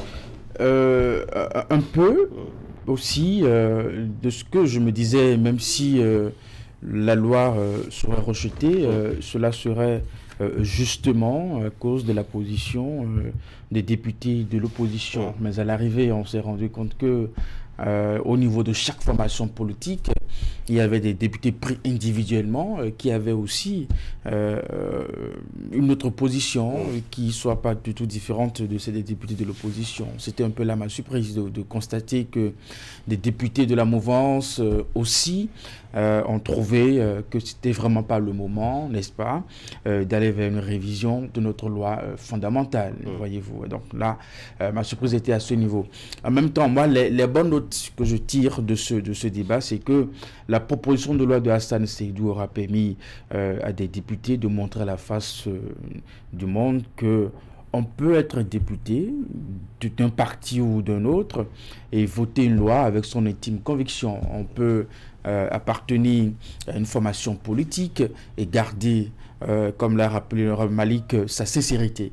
Et je pense que à aucun moment j'ai entendu justement de toutes les réactions des députés qui ont voté contre la proposition, que cela a été fait parce que la proposition remet en cause les fondamentaux de notre démocratie, met en danger notre démocratie. Je pense plutôt que on a peut-être estimé que ce n'était pas le moment, que le contexte ne s'y prête pas du tout. Ça veut dire que quelque part, on reconnaît vraiment qu'il y a peut-être un problème et d'une manière ou d'une autre, aujourd'hui ou après-demain, quand les esprits se seront un peu calmés et que peut-être on aura moins de doutes à voir toujours, je dirais, une forme de ruse, une forme de rage derrière toute idée de révision. Peut-être que le débat se fera et que nous allons toiletter ce qu'il faut toiletter et faire avancer notre pays. Peut-on être vraiment surpris de certains votes, notamment de ceux qui appartiennent à des partis politiques soutenant les actions de Patrice Talon?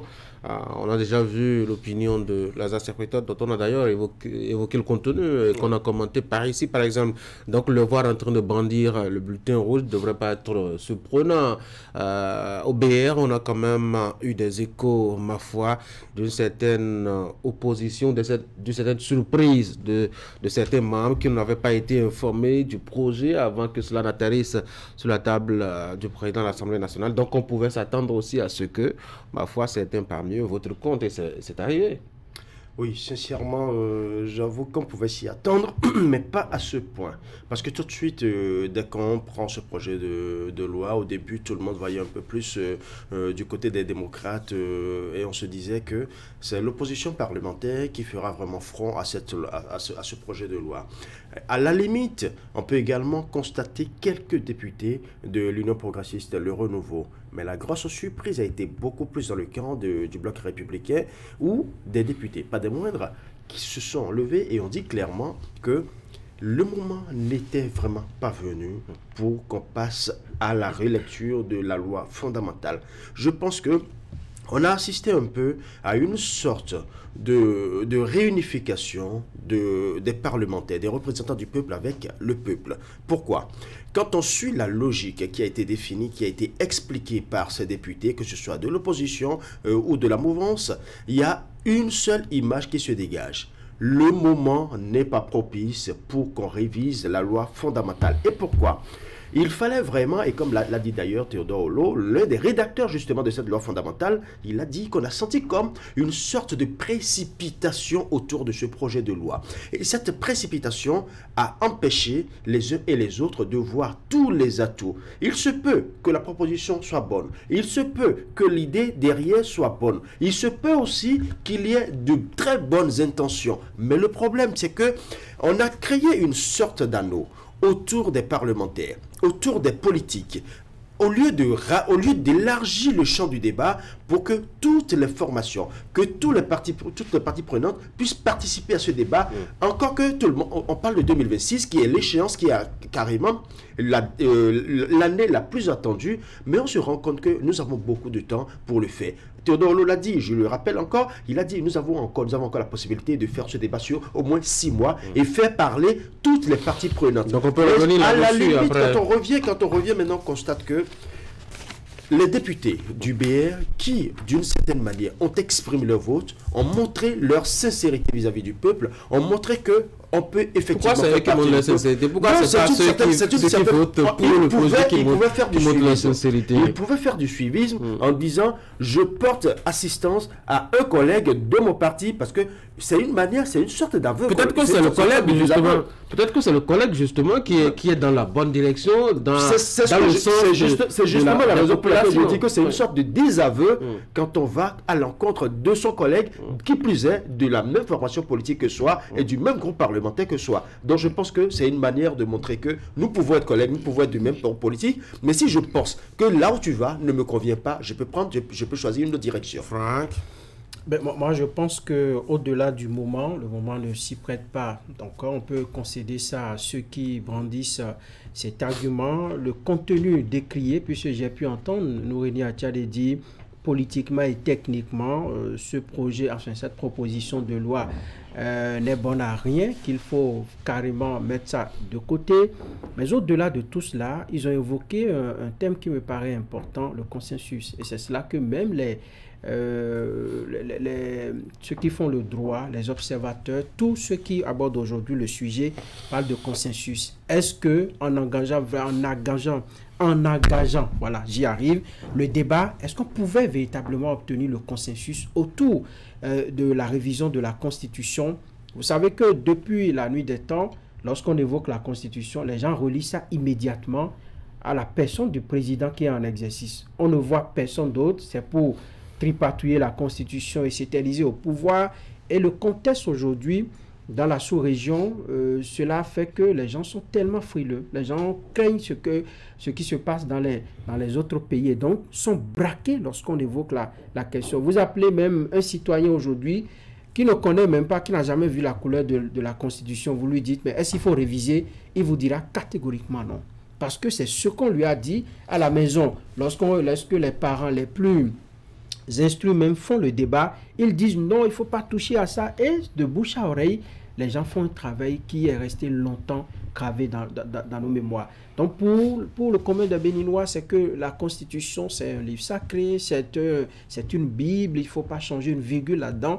Et donc dès que ce débat apparaît, tout le monde a peur, on ne se fait plus confiance, même dans les ménages, hein, ça se passe, les gens sont divisés, c'est comme ça. Mais aujourd'hui, avec ce qui s'est passé au Parlement, moi je pense qu'il faut véritablement attendre la fin pour savoir. Aujourd'hui, lundi sera vraiment déterminant. Moi je pense que les débats qui vont se faire aujourd'hui et tous les travaux qui seront faits autour du code électoral nous donneront plus d'éclaircissement sur ce que visent réellement c'est ceux-là qui ont fait des propos. Ce n'est pas pour rien, à mon avis, que les démocrates également se sont précipités pour faire également des propositions. Ils ont vu venir, savent que au niveau du code électoral, le travail sera fait. Et d'ailleurs, j'ai échangé avec un député démocrate qui m'a dit, moi je vais travailler à ce qu'on ait un bon code électoral. Ça veut dire que le débat sera fait au niveau du code électoral et disons, il n'y a pas trop de garde-fou, il y a un peu de marge de manœuvre pour la mouvance de pouvoir toucher les choses. Il y a Dynamisme Info qui a quand même mis quelque chose en manchette ce matin qui est assez intéressant, qu'on pourrait aussi examiner. Quand on voit un peu le comportement, notamment des députés de l'opposition, les réalités de fin de mandat déjà à la porte de la rupture. Est-ce qu'on peut dire que cette option de ces 7 députés, à la fois du l'UPR et du BR, est déjà une manifestation de la désobéissance qu'on observe souvent dans le camp de la mouvance présidentielle, quand celui qui est au pouvoir est en train d'épuiser, ma foi, son temps à la marina? Je ne le pense pas. Je sais que bon nombre de citoyens, je ne sais pas, sont plus en attente d'un certain nombre de désaccords au niveau de la mouvance présidentielle. Moi, je pense qu'il faut plus de 7 députés pour arriver à cette conclusion. Pour moi, c'est infime à comparer au nombre de mais ça peut commencer, députés. Ça peut commencer par 7, peut-être évoluer progressivement. D'accord. Bon, attendons de voir. Tout comme ça peut être également, comme on dit, une stratégie politique. politique de la mouvance présidentielle, de nous mettre justement sur la piste de ce qu'il y a un début de désaccord pour déjouer certainement certains plans, voyez-vous. Donc moi je pense que c'est trop tôt pour tirer cette conclusion, et je trouve que ces députés, à comparer au nombre de députés qui ont voté pour, il n'y a pas matière à avoir déjà une forme de division. De le dire, il n'y a pas. Certains ont dit que c'est pour tester sa majorité que le chef de l'État a au Parlement. Moi, je ne pense pas. Je pense qu'il y a un jeu politique qui se joue là.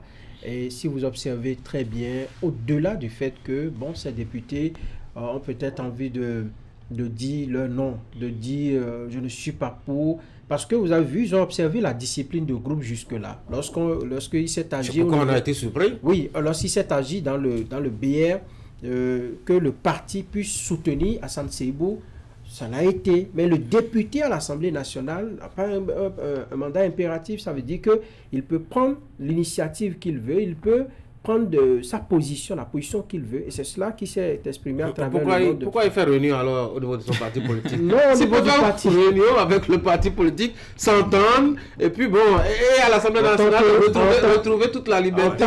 En tant que membre du parti politique, là-bas, il est député élu de la nation. C'est ça. Donc il agit en cette qualité. Voilà. Oui, Yori. Je ne dirais pas qu'il y a désobéissance, en ce sens qu'il faut parler de désobéissance si éventuellement le grand chef avait dit « je suis pour la révision ».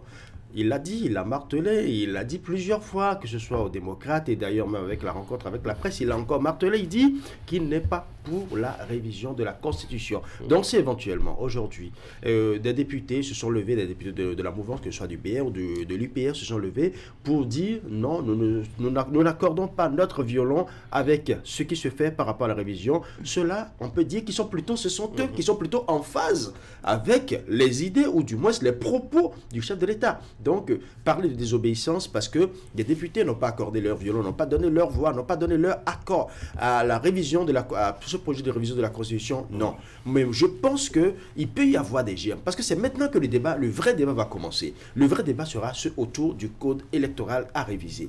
Et c'est là justement que nous aurons des confrontations d'idées. Nous aurons des arguments qui viendront de toutes parts. L'UPR a fait une proposition, les démocrates ont fait une autre proposition. Nous, on attend maintenant de voir le débat en bonne et due forme. Et c'est là maintenant qu'on saura exactement, puisque d'ailleurs, la Cour constitutionnelle attend toujours.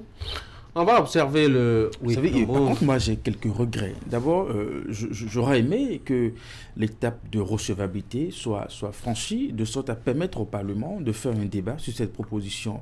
Exactement comme nous l'avons observé ces derniers jours sur des plateaux de télévision et puis tout ça. On a défoncé, hein. Et cela fait un moment que nous avions observé dans notre paysage politique qu'un sujet puisse préoccuper tous les acteurs et ils étaient accessibles justement à répondre à nos questions sur des émissions, sur des plateaux. Et j'attendais que ce débat soit transposé justement à l'Assemblée nationale. À l'arrivée, ça n'a pas été le cas. L'autre regret aussi, c'est que vous voyez un peu quand on est sur un sujet aussi sensible, on estime que au niveau du Parlement, c'est un jeu, enfin c'est un environnement où on fait beaucoup de la politique. On peut ne pas comment on dit, observer, c'est un choix, n'est-ce pas? Et puis, on s'arrange pour que le débat n'aille pas véritablement jusqu'au bout. Cela arrache un peu à notre vie politique un certain dynamisme, n'est-ce pas? Je pense que pour le code électoral, que le débat ait lieu, que les différentes propositions qu'on a entendues sur des plateaux de télévision et puis tout ça, que cela soit vraiment mené de sorte à permettre à l'opinion de se faire vraiment sa religion sur ces sujets-là. Comment voyez-vous le comportement des députés de l'opposition et l'OREC?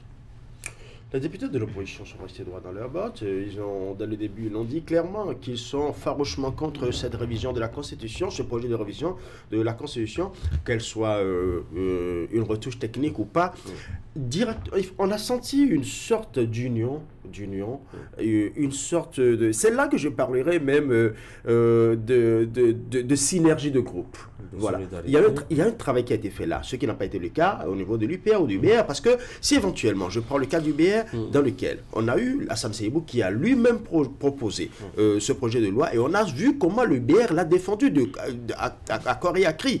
Qu'on constate aujourd'hui que les députés BR ont choisi carrément la voie de la distension, on sent que effectivement c'est parce qu'il y avait quelque chose. Mais du côté de l'opposition, ils sont restés droit dans leur botte d'une certaine manière. Maintenant, c'est quand nous ferons les débats, c'est quand ils feront plutôt les débats sur le code électoral qui vont vraiment apporter leurs arguments et on appréciera. Eric? C'était quoi la question? Les députés de l'opposition et leur attitude lors de ce vote. Non, je pense qu'ils avaient déjà annoncé. Peut-on continuer à dire qu'ils sont vraiment solidaires et qu'il n'y a pas de mécontentement, que tout le monde a été pour cette position-là? Quand on voit leur attitude? Je pense qu'ils avaient déjà annoncé une farouche opposition à toute révision de la Constitution. Et c'est un peu ce que nous avions observé. Bon, même si dans l'effectif, il y en a qui ont fait peut-être, enfin, qui n'ont pas été à l'école des autres députés. Sur le budget, on a observé également une position du genre. Basile, qui justement n'a pas observé la discipline du groupe. Donc, avec eux, nous sommes plutôt habitués à peut-être ce que tout l'effectif en bloc ne soit pas orienté sur le même chemin. Non, c'est normal. Vous avez vu depuis le début la position qu'ils ont adoptée. Ça n'a pas changé d'un iota, puisque 28 députés les démocrates ont voté contre cette proposition de loi.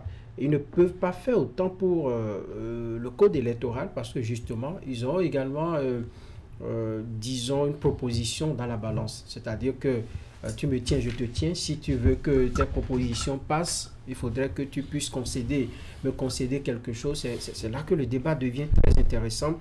On n'aura plus droit à une position vraiment tranchée telle qu'ils ont fait pour la proposition de loi portant révision de la Constitution. Ce que Noureni Achadi a proposé, que moi j'ai écouté, c'est de très belles propositions. Maintenant, pour que ça garde cette beauté-là, eh bien, il faudrait que de l'autre côté, ils aient également l'honnêteté politique de reconnaître que là-bas également, il y a de bonnes choses. Mais qu'on ne tienne pas des discours du genre, écoutez, ce qu'ils proposent de l'autre côté, c'est pour nous endormir, c'est pour s'éterniser au pouvoir, c'est pour mettre des choses de façon cachée. S'ils tiennent ce propos-là, et ils vont violer, en tout cas, ils vont aller contre l'esprit de la Cour qui leur demande de revoir le code électoral. Ici, maintenant, ce n'est plus de la volonté d'un député, c'est la Cour constitutionnelle qui l'a. S'ils ne le font pas, on leur retournera la copie. On parlera de ça tout à l'heure. Vous pensez que c'est fini, c'est rangé, le projet révision constitutionnelle là? Oui, c'est rangé. Non, je ne le pense pas, parce que les avis des députés, c'est que ça n'est pas le moment. Donc ça veut dire que c'est un sujet qui reste d'actualité. Jusqu'on a estimé que avec tout ce qui se passe dans la sous-région, avec les doutes qu'on a sur la bonne foi des députés, c'était pas véritablement le moment. Et puis ce que j'allais ajouter sur la liste de mes regrets, c'est dans ce débat qu'on soit amené à demander à un député pourquoi. Enfin, la question pourquoi il propose une loi sur la révision. Moi, je pense qu'il nous faut aussi aller éduquer nos concitoyens. C'est que c'est un travail de député, c'est son job. Il a été envoyé au Parlement pour faire ce travail, proposer des lois, voyez-vous, et voter contre l'action du gouvernement. Ça n'est pas parce qu'il est question... Le concitoyen a envie de comprendre. Oui, il a été mandaté justement pour faire ce travail. Le citoyen sait pourquoi il l'a envoyé là-bas, c'est pour proposer des lois. C'est en cela que la conséquence de ce genre de comportement à l'endroit de nos députés, par peur de se voir interrogés, ils vont s'abstenir de faire des propositions. Nous avons vu des députés qui ont fini leur mandat sans même proposer une phrase. Et ça n'est pas bien pour notre Parlement, ça n'est pas bien pour la vie de notre démocratie si quand un député utilise sa responsabilité, n'est-ce pas, de proposer une loi, qu'on lui retoque, qu'on lui traite de tous les noms, machin, ici, pas là. Ça peut amener d'autres députés, n'est-ce pas, à rester tranquillement dans le couloir. Ben, écoutez, je ne veux pas qu'on m'interroge sur... non, mais il y a beaucoup de projets de loi qui passent quand même. Il y a des gens qui proposent aussi d'autres projets de loi, mais qui passent et on les interpelle aussi dessus. Et parfois ça passe, parfois ça ne passe pas. En fait, c'est de notoriété, c'est la notoriété du député de faire sa proposition. Ça peut passer comme ça peut ne pas passer. Donc, en proposant, il doit s'attendre aux deux aspects. Par rapport à cette révision de la Constitution, moi je pense que le dossier n'est pas complètement rangé. C'est juste reporté. Tout simplement parce qu'il n'y a pas que le BR ou Hassan Seibou qui a fait une proposition. Il y a également Moël Béné qui a saisi la Cour constitutionnelle tout récemment par rapport à un article de la Cour constitutionnelle par rapport à la loi fondamentale, et il demandait qu'on règle une sorte d'illégalité. Et donc je pense que, qu'on le veuille ou non, la révision de la Constitution reste un sujet sur lequel nous allons revenir. Mais il va falloir qu'on fasse régulièrement le débat, c'est-à-dire qu'on fasse le débat à tous les niveaux, que toutes les parties constituantes fasse ce débat afin qu'on puisse dégager l'idée essentielle et qu'on fasse ressortir les traits importants pour faire avancer notre démocratie. En fait, l'objectif ici, c'est d'éviter qu'il y ait des révisions opportunistes, qu'il y ait des révisions qui vont d'une certaine manière plomber la démocratie et plomber le vivre ensemble. Parce que c'est ça que les gens craignent. Et comme nous sommes à 2 ans des élections, les gens ont plus peur, beaucoup de personnes ont plus peur parce qu'ils se disent que la révision en l'état ne sera qu'opportune. Donc il faut simplement faire en sorte que quand nous allons finir 2026, que toutes les parties prenantes s'asseyent. Il y a d'ailleurs Boniaï qui entre-temps qui avait demandé un dialogue national pour qu'on s'asseye et qu'on parle.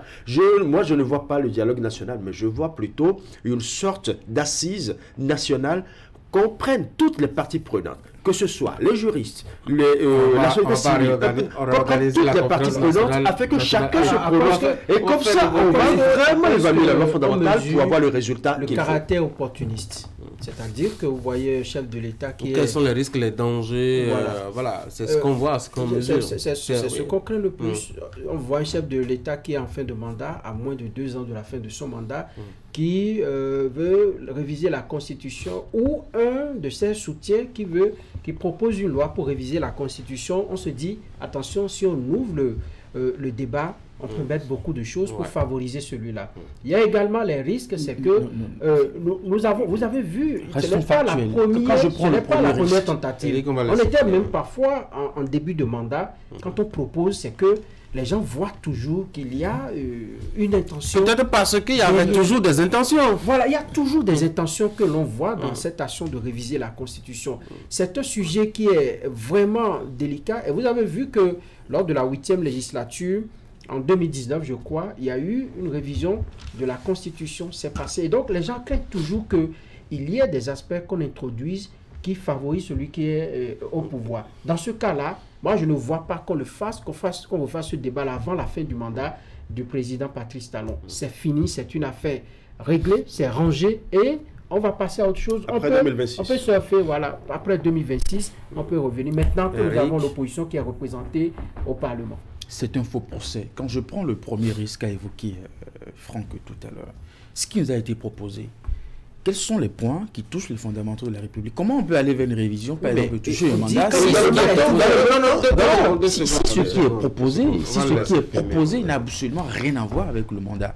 Mieux, quand on prend notre constitution en l'état actuel, comment on peut réviser, aller vers un 3e mandat si nous avons des verrous qui intime à tout acteur même de ne pas toucher non seulement le nombre de mandats et tout ce qui reste? Moi, je ne vois pas. Et cela, je pense que... Je vous explique par exemple un cas de figure qui peut arriver.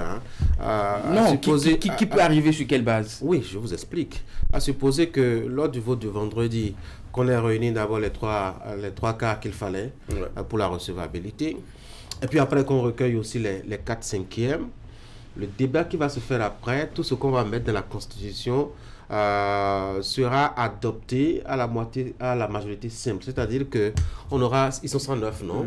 Ça doit faire quelque chose de 58 54 plus 1 en principe. Ça fait 55. Oui, ça fait 55 à peu près. Donc, avec 55 députés, on peut même balayer tout ce que vous appelez fondamentaux là. C'est ça le problème. Oui, mais c'est ce que je veux dire. Puisqu'on l'a érigé en principe. Absolument. Le risque existe. Non, ce n'est pas le risque. Justement, le risque existe. Dès qu'on a passé les étapes là, tout ce qui peut entrer dans la Constitution après peut être validé par une majorité simple. C'est ça le risque en fait. L'UPL, le renouveau, le groupe parlementaire, rien que l'UPL, le renouveau, peut faire tout ce qui reste avec et écrire une nouvelle constitution. C'est une porte ouverte à tous les changements. Et d'ailleurs, il y a 5 juristes. Ce n'est pas si facile que ça. Tout simplement en précisant que ce n'est pas en inversant la position, l'ordre des élections qu'on rétablit la légalité de la démocratie de la République. Non. C'est-à-dire il y a un problème qui est là. Il y a un vide de confiance. Il y a une crise de confiance forte. Donc, je dis, passons aux choses sérieuses jusqu'en 2026. Juste après 2026, on pourra parler maintenant de la question. Un problème aujourd'hui. Ça ne sera pas après 2026. Il y a une interprétation. Finalement, quel est le problème, Eric? Il y a une interprétation ou une analyse, dois-je dire, de l'issue du vote. C'est que les partisans de la mouvance présidentielle disent que c'est maintenant que l'opposition a validé la constitution votée nuitamment en 2019, Franck. Oui, puisqu'ils sont opposés qu'on la révise, alors qu'ils disent que c'est une constitution Halloween qu'on a révisée au milieu de l'année. C'est le moment qu'il fallait saisir pour faire les choses de façon plus... Bon, surtout qu'ils l'ont fait également cette fois-ci, ils ont rejeté dans la nuit. Dans la nuit. J'ai joué quelques députés au petit matin du samedi, ils étaient tous fatigués. Et donc, on peut faire du beau travail également au creux de la nuit. Et on l'a vu, ils ont rejeté la proposition de loi. Donc, je pense que c'était une occasion, mais ils avaient des craintes. Imaginez que l'opposition avait, disons, une cinquantaine de députés. Ils seraient pas en train, ils peuvent se dire, ben, nous allons, ou je dis, si l'opposition détenait par exemple 111 députés ou 83 députés, ils auraient préféré peut-être ouvrir le débat pour que cela se fasse, parce qu'ils vont se dire, nous avons toujours la possibilité de rattraper les choses. Mais là, maintenant, ils ne sont pas, ils sont dans une position de faiblesse, bien que leur nombre leur permette de bloquer les choses telles qu'ils ont fait. Mais si on ouvre les débats, ils ne sont pas sûrs de vouloir arrêter quoi que ce soit. Voilà. Pas de vouloir, de pouvoir. De pouvoir, et même de vouloir arrêter quoi que ce soit. Donc, on peut les débats qu'ils ont validés parce que en football, on dit qu'il ne faut pas corser le score, il ne faut pas aggraver le score. Donc, si déjà ils savent qu'ils ne peuvent pas faire mieux, il faudrait mieux qu'ils s'arrêtent là où ils peuvent le faire, c'est mieux. Allez, les gars, merci beaucoup. Passez une bonne journée, bonne semaine de travail. Mesdames et messieurs, suivez la rubrique d'Idriss Boukari tout de suite, qui vous rappelle les faits les plus importants de la semaine écoulée, notamment les 7 jours au Bénin, une semaine au Bénin, et puis la revue de presse qui va s'en suivre. Bonne journée.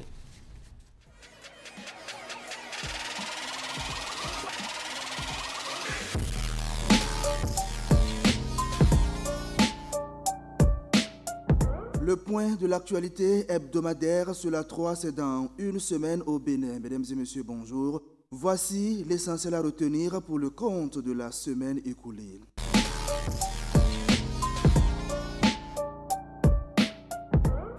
Le maire de la ville de Cotonou, Luc Setondji Atropo, a été victime d'un accident le mercredi 28 février 2024.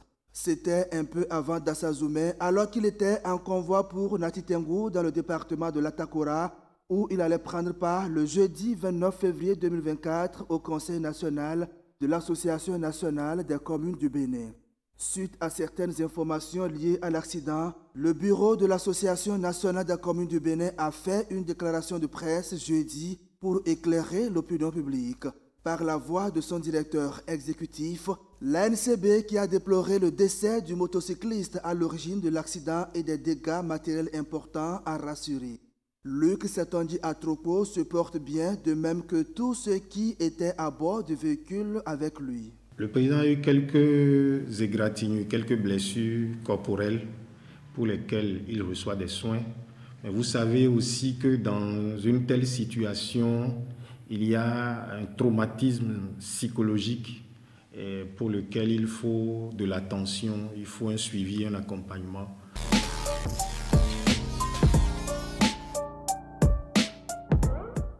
Le dialogue n'a jamais été coupé entre le Bénin et le Niger.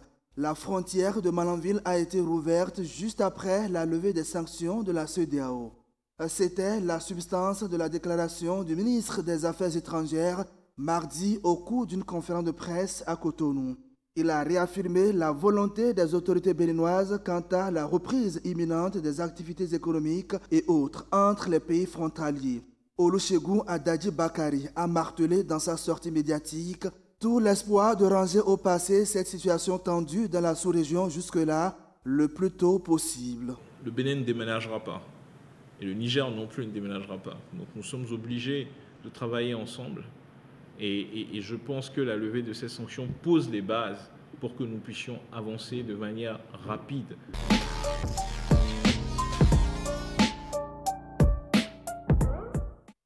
En prélude à la conférence internationale annuelle fiscale que le Bénin a accueillie les 28 et 29 février 2024, le groupement des femmes fiscalistes de l'Afrique de l'Ouest a organisé mardi une conférence débat. Le thème central des discussions était potentiel de mobilisation des recettes intérieures en Afrique de l'Ouest, évaluation de l'impact de la participation des femmes. Les travaux ont été lancés par le directeur général des impôts du Bénin. Selon Nicolas Yenossi, la tenue de cette conférence débat vient à point nommé car convaincu du défi que représente la question de l'engagement des femmes dans la mobilisation des ressources internes d'une part et leur performance d'autre part.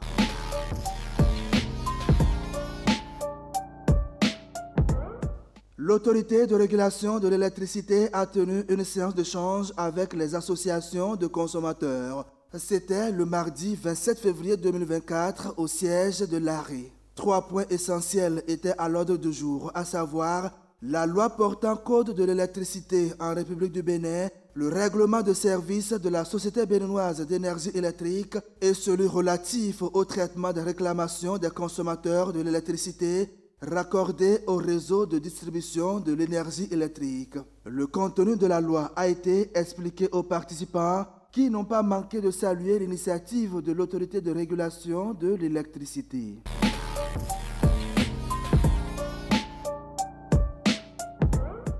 De leur côté, les professionnels des médias du Bénin ont échangé sur le code d'éthique et de déontologie dans les médias qui date de 1999. C'était à la faveur d'un atelier qui a porté sur la révision de cet outil qui sert de repère à la presse béninoise. Une actualisation pour s'adapter aux nouvelles réalités du monde des médias. À leur côté, pour approfondir les réflexions et enrichir les échanges, plusieurs partenaires, dont l'Union européenne qui a cofinancé la formation portée par le projet Mobilisation, Éducation, Dialogue, Information au Bénin, mise en œuvre par un consortium de 4 organisations non gouvernementales.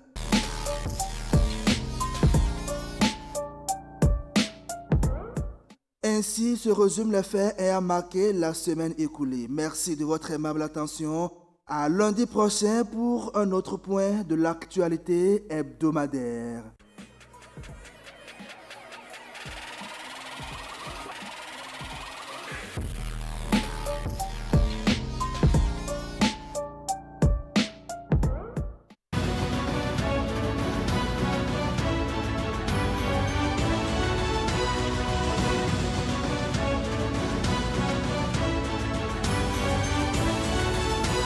Mesdames et messieurs, bonjour. Voici la revue de presse de ce premier jour de la semaine.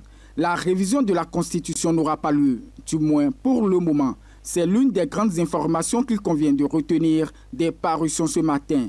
Le matinal relève une extinction du processus de révision de la Constitution et précise que 35 députés ont voté contre, 71 pour, avec 2 abstentions.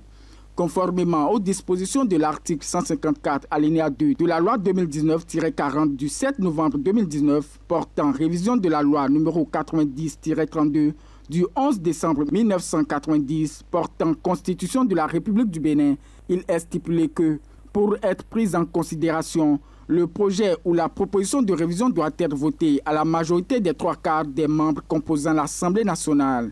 Démarrée notamment le vendredi 1er mars 2024 sous la présidence de Louis Vlavonou, président de l'Assemblée nationale, la plénière a été entièrement consacrée à la présentation du rapport de la proposition de loi initiée par le député Hassan Seibou, président du groupe parlementaire Bloc républicain, et qui consiste à réviser la Constitution.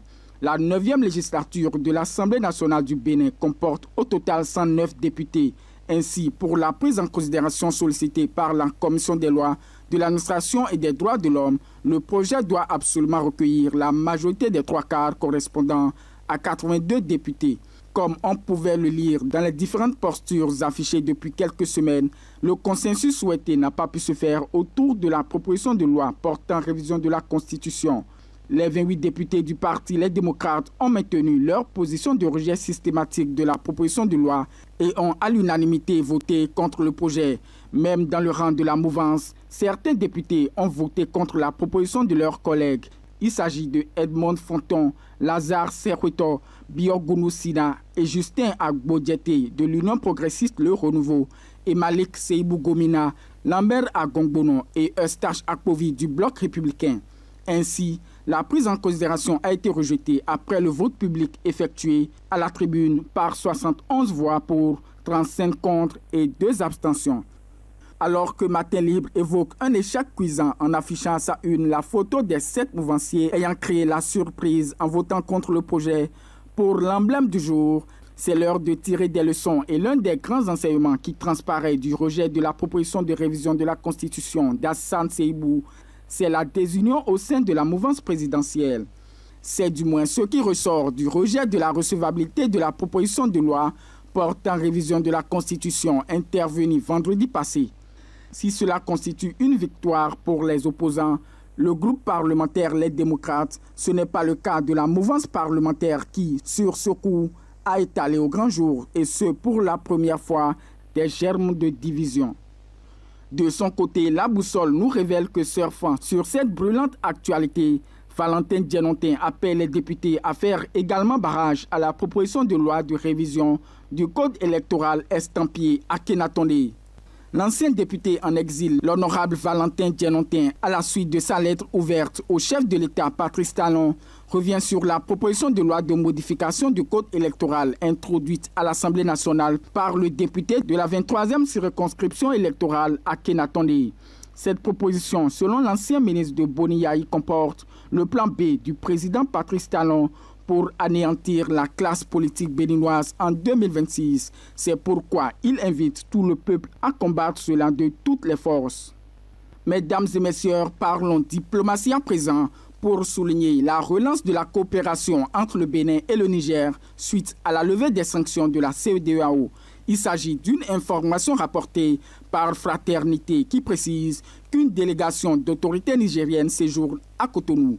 Des fonctionnaires des douanes nigériennes sont à Cotonou depuis ce dimanche 3 mars 2024 pour un séjour d'une semaine de mission de prospection.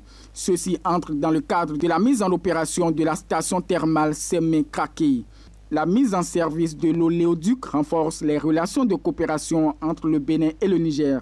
C'est ce qui justifie la présence des autorités des douanes du Niger à Cotonou pour une mission de prospection composée d'une dizaine de personnes, dont 5 hauts gradés des douanes nigériennes, des hommes d'affaires. Lors de ce séjour, la dite délégation se prêtera à des échanges. Dans la journée de ce lundi, est prévu un entretien avec le directeur général adjoint des douanes béninoises, marqué par la présentation des participants et des discussions sur le projet et les attentes de chaque partie, y compris une probable rencontre entre l'équipe DGD, WAPCO, CNPC, NP et la délégation des douanes nigériennes. La journée du mardi sera marquée par la visite de site, y compris la visite de la bouée et celle de l'outil de mesure. Plus de détails dans les colonnes du quotidien domestique. Mesdames et messieurs, achevons ce tour d'horizon des journaux par le Soleil Bénin Info. Le quotidien nous apprend que dans le cadre d'un mini-sommet des rois et chefs traditionnels tenu du 22 au 23 février 2024 au palais impérial de Niki, la haute autorité royale du Bénin a procédé à la définition de ses priorités.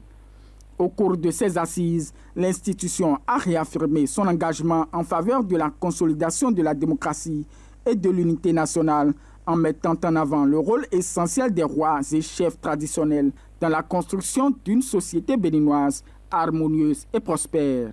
Fin de la revue de presse de ce lundi 4 mars 2024.